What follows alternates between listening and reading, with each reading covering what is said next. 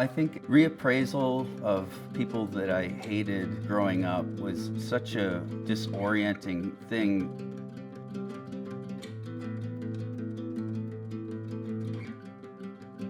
Punk rock forced you to shun even Neil Young when I was growing up. We made fun of our friends that listened to Neil Young because he was a hippie, and we thought that hippies were the enemy. I don't know where we got that idea because it was outrageous, it was stupid. You know, I think rock and roll culture and the counterculture of the 60s and the notion of teen rebellion and just the general idea of a generation gap is a bill of goods that was destructive and sold to people as marketing, and it's ridiculous. It doesn't help anybody to seal yourself off from the wisdom of people older than you that have been through more than you. I've always thought it was an outrageous demand for authenticity or seriousness as an artist to claim, I don't know, like you're somehow able to transcend time and deify yourself as a young person. I know that there were a lot of cultural things at work also in the 60s and time periods where the generation gaps were much more heavily patrolled. I'm glad that it's not as much like that now. If there's something good about the internet, it's that the time periods of culture are all happening all at once, all the time. And so it's not as easy to draw borders around high art and low art and